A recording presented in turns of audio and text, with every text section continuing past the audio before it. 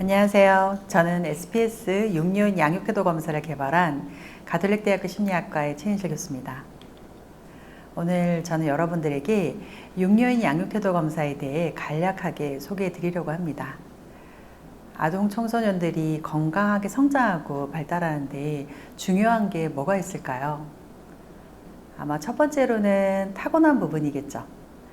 아이들이 어떠한 기질로 타고나는지, 예를 들면 까다로운 기질로 타고났나 순한 기질로 타고났나 이런 것들도 중요할 거고, 인지적인 능력이 높은가 낮은가, 물론 인지적인 능력은 커가면서 더 성장할 수 있는 부분 분명히 있지만 타고나는 부분도 있거든요. 그리고 두 번째로 중요한 것은 바로 양육일 겁니다. 이 부분을 오늘 우리가 살펴볼 부분이고요. 그리고 마지막은 학교나 지역사회 같은 환경일 겁니다. 좋은 교사 혹은 친한 친구들이 있는지, 그리고 주변 환경은 안전한지, 이런 것들이 아마 아동 청소년 발달의 중요한 요인이 될 겁니다. 여기서 우리는 양육이라는 부분에 초점을 맞춰서 오늘 설명해 보려고 합니다. 양육 태도는 아이들의 발달과 적응, 그리고 문제 행동, 정신 건강에 해당되는 부분일 수도 있고요. 그리고 가족 관계나 애착 같은 부분에 영향을 미칩니다. 제가 얼마 전에 신문 기사를 본 적이 있는데요. 한국 아동 청소년들이 국제 학업 평가에서 수학, 과학, 그리고 읽기 수준은 모두 1, 2, 3위 안에 들었지만 다른 사람들과 좋은 관계를 맺는지, 그리고 자율적이고 주체적인 느낌을 갖는지, 그리고 삶의 만족도, 내재적인 동기, 이런 부분도 모두 하위권에 머물러 있다는 소식을 들었습니다. 그리고 또 한 신문 기사에서는 아동 청소년들의 정신 건강이 아주 위험한 수준이라는 이야기를 들었는데요. 2020년에 비해서 2025년에 아동 청소년 정신건강의학과에 의뢰된 환자의 수가 70%나 증가했다고 합니다. 아마 우리 모두는 아이들을 건강하게 키우고 싶을 겁니다. 근데 어떻게 키우는 것이 중요하고 어떻게 키우는 것이 건강하게 키우는 것일까? 아마 부모님 여러분, 그리고 양육자 여러분도 정말 잘 양육시키고 싶을 거라고 저는 생각합니다. 그런데 좋은 양육, 잘 양육한다는 것은 뭔지, 이런 부분에 대해서는 많이 혼란스러워들 하십니다. 그렇다면 우리는 아이들의 건강한 성장과 발달을 위해 어떻게 양육을 해야 하나? 아마 좋은 양육 태도가 뭔지, 그리고 좋지 않은 양육 태도가 뭔지를 아는 것부터 시작이겠죠. 그리고 그게 왜 좋은 양육 태도인지, 그리고 그게 왜 좋지 않은 양육 태도인지, 이런 것들을 아는 것도 또 중요할 겁니다. 그래서 저희는 육류인 양육 태도 검사에서 양육 태도에 대한 경험적인 증거들, 그리고 이론적인 근거를 기초로 해서 검사 도구를 개발했고, 이를 기초로 양육자분들에게 좋은 양육을 할 수 있도록 돕고자 합니다. 그러면 저희 양육태도 검사가 기존의 다른 양육태도 검사와 뭐가 다른가? 아마 기존에도 여러 양육태도 검사를 경험해 보셨죠? 그렇다면 기존의 검사와 우리 양육태도 검사는 뭐가 다른가? 아마 첫 번째로는 영유아기, 그리고 아동기, 청소년기에 맞는 문항들로 구성되었다는 점입니다. 아마 양육태도 검사를 하나의 형태로 보시는 경우 많으셨을 텐데요. 아이들은 발달하는 것에 따라서 우리가 양육을 하는 방식은 조금 달라질 수 있고요. 연령에 따라서 문항들도 달라질 수밖에 없습니다. 그래서 첫 번째로 저희는 연령별로 조금 다른 문항, 그러니까 발달적으로 설명될 수 있는 문항으로 구성했습니다. 그리고 두 번째로는 자녀 성장과 발달의 핵심이 되는 양육 태도를 6요인과 그리고 세부 요인으로 나눠서 다각도로 확인할 수 있도록 했다는 점입니다. 이 부분은 제가 오늘 강의에서 조금 더 설명드리고요. 그리고 각 양육 태도의 조합을 토대로 8가지의 양육 유형, 예를 들면 양육 유형 하면 여러분들이 떠오르는 게 이런 게 있을 것 같아요. 헬리콥터맘, 그리고 캥거루맘, 과잉보호형, 권위주의형, 이런 것들이 있을 텐데요. 저희 양육 태도에서는 이런 유형들에 대한 설명도 제공하고 있습니다. 그리고 이런 유형 설명에서만 그치는 것이 아니라, 그렇다면 그런 유형일 때 좋은 양육을 하기 위해서 우리는 뭘 해야 하는가, 거기에 대한 실질적인 팁, 양육 코칭이 되겠죠.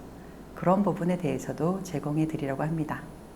그리고 이 개발 과정에서는 제가 학교에 있지만 현장에 있는 아동 청소년 발달에 대한 전문가들과 그리고 임상에 대한 전문가들 이런 분들한테 여러 번 검증을 거쳤고요. 그래서 조금 더 보완해서 현장에서 사용될 수 있도록 그리고 이 내용을 기초로 충분히 연구도 할 수 있도록 만들어졌습니다. 그리고 이 부분을 저는 조금 더 강조하고 싶은데 바로 한국적 기준을 마련했다는 점입니다. 저희는 양육태도 검사를 2023년부터 25년까지 약 3년간 개발 시기를 거쳤는데요. 전국에 약 8,400여 명을 대상으로 대규모의 표준화 연구를 진행하였습니다. 그래서 좀 더 꼼꼼하고 세밀하게 그리고 남녀 그리고 연령에 맞춰서 기준을 만들었다는 점도 말씀드리고 싶습니다. 그리고 저희 SPS 양육태도 검사는 앞에 설명드렸던 것처럼 영유아, 아동, 청소년으로 우리가 구분해서 검사해 볼 수 있다고 말씀드렸는데요. 버전은 5가지나 됩니다. 그렇다면 왜 5가지인가 궁금하실 텐데요. 첫 번째로는 영유아용, 그러니까 만 1세부터 초등학교 입학하기 전까지에 해당이 될 것 같고요. 그 양육자들이 자기 양육 태도가 어떠한지 검토해 볼 수 있도록 구성되어 있습니다. 그리고 두 번째는 아동용인데요. 아동용은 초등학교 1학년부터 아마 6학년에 해당이 될 것 같고요. 양육자들이 보고하는 양육자 보고형이 있고 초등학교 4학년, 5학년, 6학년 아이들을 대상으로는 아이들이 직접 우리 부모님 혹은 양육자들은 어떠한 양육 태도로 날 양육하는가 확인해 볼 수 있는 버전도 있습니다. 그리고 청소년도 마찬가지인데요. 청소년용은 아마 중학생과 고등학생이 여기에 해당이 될 것 같고요. 이 아이들에게도 본인이 직접 부모님의 혹은 양육자의 양육 태도를 검사해 볼 수 있는 버전과 또 양육자가 스스로 자기는 어떻게 아이들을 양육하는지 확인해 볼 수 있는 버전으로 구성되어 있습니다. 그래서 영유아용 하나, 그리고 아동용 2가지, 그리고 청소년용 2가지 이렇게 해서 총 5개의 버전으로 구성되어 있습니다. 자, 그렇다면 저희 SPS 양육태도 검사에 대해서 궁금하실 텐데요. 그러면 이 SPS 육료인 양육태도 검사는 어떠한 이론을 기반으로 했을까 궁금하실 것 같습니다. 저희는 자기결정성 이론이라는 것을 기반으로 해서 다양한 교육학 이론과 그리고 발달 심리적인 이론을 고려해서 개발을 했는데요. 여기서 가장 핵심이 되는 이론은 바로 자기결정성 이론일 겁니다. 자기결정성 이론이라는 것은 무엇이냐? 간단하게 설명을 드리면 인간의 성장은 3가지 기본 심리적인 욕구가 충족될 때 바로 시작될 수 있다라고 제안하는 겁니다. 그렇다면 인간의 기본적인 심리 욕구가 무엇인가 이런 데 궁금하시겠죠.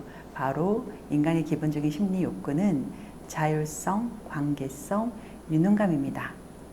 자녀가 이 3가지 욕구를 부모가 충분히 충족시켜 준다면 건강하게 성장할 수 있을 것이고 그렇지 않다면 자녀의 이 3가지 욕구를 부모님이 좌절시키거나 그렇게 실패하는 경험을 하게 된다면 아이들은 부적응하게 되고 결국에는 정신건강에까지 위협을 받게 됩니다.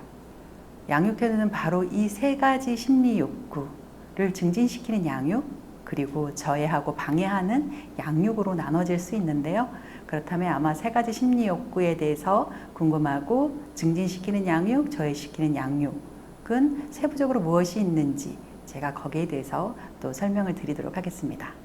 먼저 자율성.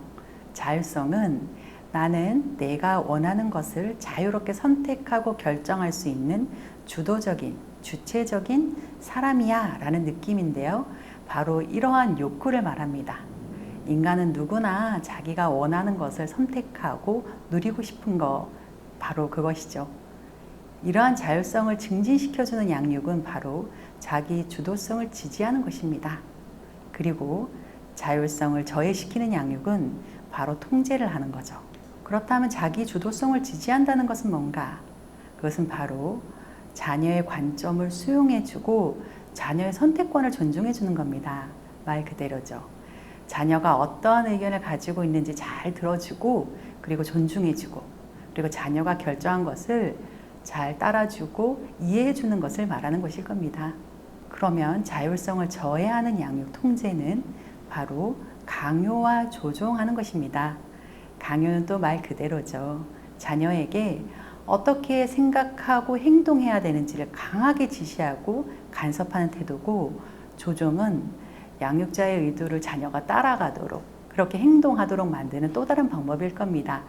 이건 예를 들면 이런 방식인데요. 자녀에게 실망했다. 너같이 이기적인 사람은 처음 봤다. 이런 말을 하면서 결국에는 부모가 원하는 방식대로 하도록 만드는 방식입니다. 두 번째 심리적인 욕구는 관계성입니다. 관계성은 나는 중요한 사람들, 대부분은 가족이 되겠죠. 혹은 크면은 친구들이 될 거고요. 그런 사람들로부터 인정받고 있어. 그리고 좋은 관계를 맺고 있어 하는 느낌인데요. 이렇게 되고 싶은 욕구입니다. 즉 다른 사람과 정서적으로 연결되어 있고 그 사람들한테 지지받고자 하는 욕구죠. 그렇다면 관계성을 증진시키는 양육 태도는 뭘까? 바로 온정적인 태도입니다. 그리고 관계성을 저해시키는 양육 태도는 바로 거부적인 양육 태도입니다. 온정적인 태도, 양육자가 바로 자녀한테 따뜻하고 민감하게 반응하는 그런 양육 태도인데요. 따뜻하게 애정 표현해주고 신체적인 접촉하고 어깨를 두드려주고 쓰다듬어주고 이런 애정 표현이 해당이 될 거고, 또 자녀가 도움이 필요하다고 얘기할 때 언제나 시간을 내어주고, 그리고 민감하게 보살피는 그런 것들을 저희 심리학에서는 정서적인 가용성이라고 부르는데요. 정서적으로 언제든지 열려있고 가용하도록 해준다라는 의미입니다. 다음은 관계성을 저해하는 양육인 거부적인 양육 태도인데요. 거부적인 양육 태도는 자녀에게 굉장히 적대적으로 대하고 차갑고 소홀한 양육 태도를 말하는데요. 자녀에게 부정적인 반응으로 이제 비난을 일삼는 것. 부모님들이 간혹 그러시죠. 따뜻하게 대하는 걸 알면서도 욕을 하거나 비난하거나 그렇게 되기도 하고요. 또 혹은 자녀에게 차갑고 냉정하게 대하는 냉담으로 구성되어 있습니다. 마지막 심리 욕구는 바로 유능성인데요. 유능성이라는 것은 나는 잘 해낼 수 있고 힘든 도전도 난 이겨낼 수 있어 라는 느낌, 그런 것들을 갖고 싶은 욕구겠죠. 자기가 노력하는 것에 의미 있는 결과를 얻어내고 그리고 유능함을 느끼고 싶은 욕구, 아마 인간이라면 누구나 가지고 있을 겁니다. 유능성을 증진시켜주는 양육 태도는 바로 구조를 잘 제공해 주는 것인데, 여기에 대해서 또 설명을 드릴 거고, 유능감을 저해시키는 양육 태도는 바로 혼란입니다. 구조라는 것은 그냥 듣기에도 뭔가 구조라는 것은 뭔가 일관적으로 형태를 갖춘 것이란 느낌 드실 텐데요. 바로 구조는 일관된 규칙과 명확한 가이드를 제공해서 아이가 유능감을 성취해 나가는 것을 돕는 양육 태도입니다. 아이들에게 적절하게 한계를 잘 설정해주고 감독해주고 명확한 규칙을 제공해주는 것, 이런 것도 굉장히 중요하고, 또 자녀가 실수나 실패를 했을 때 왜 그런 실패를 했는지 같이 이유를 찾아보게 하고, 그 다음에는 어떻게 하면 그런 실패나 실수를 하지 않을지 같이 찾아가게 하는 것, 그것이 바로 귀납적인 훈육입니다. 그리고 혼란은 유능감을 굉장히 저해시키는 양육 태도인데요. 바로 비일관적이고 예측 불가능하고 무질서한 양육 태도를 말합니다. 자녀에게 비일관적인 환경을 제공해 주는 것, 이랬다 저랬다 하는 거죠. 그리고 지나치게 허용적인 양육을 하는 것, 이런 부분에서는 반드시 야단을 치기도 하고 이렇게 하지 않도록 얘기를 해줘야 되는데, 부모님이 그럴 만한 에너지가 없거나 어떠한 이유로 뭐든지 허용해주는 양육을 하게 되기도 합니다. 이런 것도 역시 굉장히 아이들한테 혼란을 야기하고 결국에는 좋은 발달을 저해하게 됩니다.